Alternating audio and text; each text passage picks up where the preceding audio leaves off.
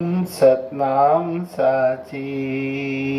आचार्य सतगुरु स्वामी टेवराम जी महाराज का बहुत ही सुंदर उपदेश है। जीव को प्रभु परमात्मा परमेश्वर जगदीश्वर के सामने यही प्रार्थना करना चाहिए, अब सौंप दिया इस जीवन का सब भार तुम्हारे हाथों में है, जीत तुम्हारे हाथों में है, हार तुम्हारे हाथों में। अब सौंप दिया इस जीवन का सब भार तुम्हारे हाथों में। द्वापर में जब महाभारत का युद्ध होने लगा, अर्जुन ने भगवान से कहा, हे प्रभु, अब मेरी डोर आपके हाथ में है, आप जहाँ भी ले जाएंगे वहीं मेरा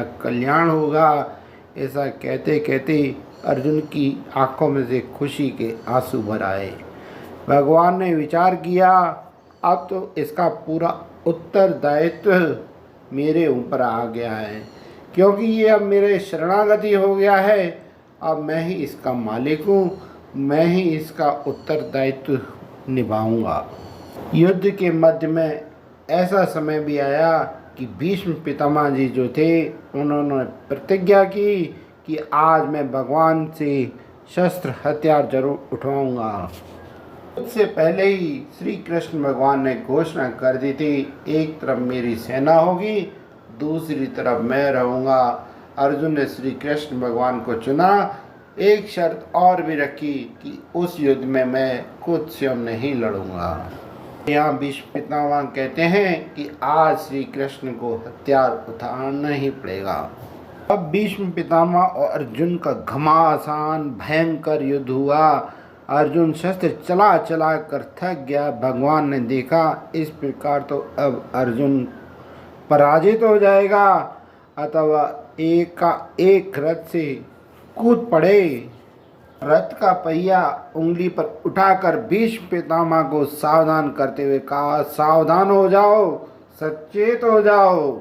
उसी क्षण भीष्म पितामह ने हथियार रखकर भगवान के चरणों को छू लिया और कहने लगे, हे प्रभु, आपने तो कहा था कि मैं युद्ध में हथियार नहीं उठाऊंगा, अब आप हट जाइए, आपसे मुझे लड़ाई नहीं करनी है।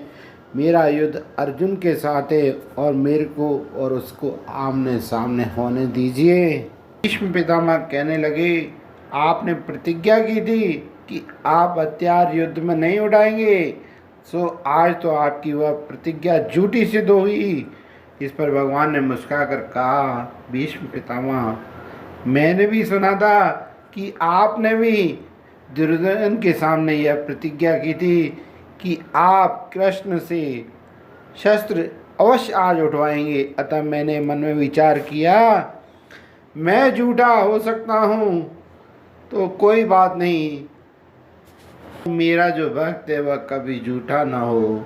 भगवान ने अपने मान को जाते हुए तो देखा है, लेकिन भक्त के मान को कभी वह झूठा नहीं होने देते हैं।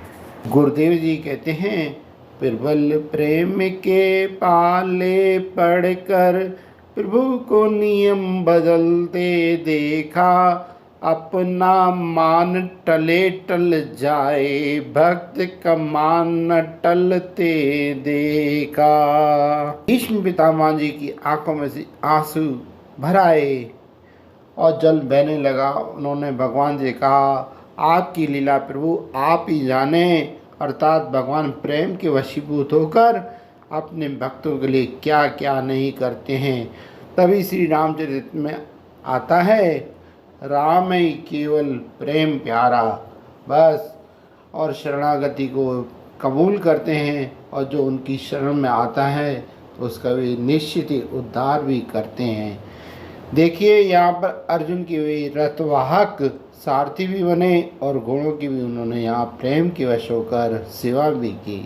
बोलिए गुरुदेव भगवान की जय।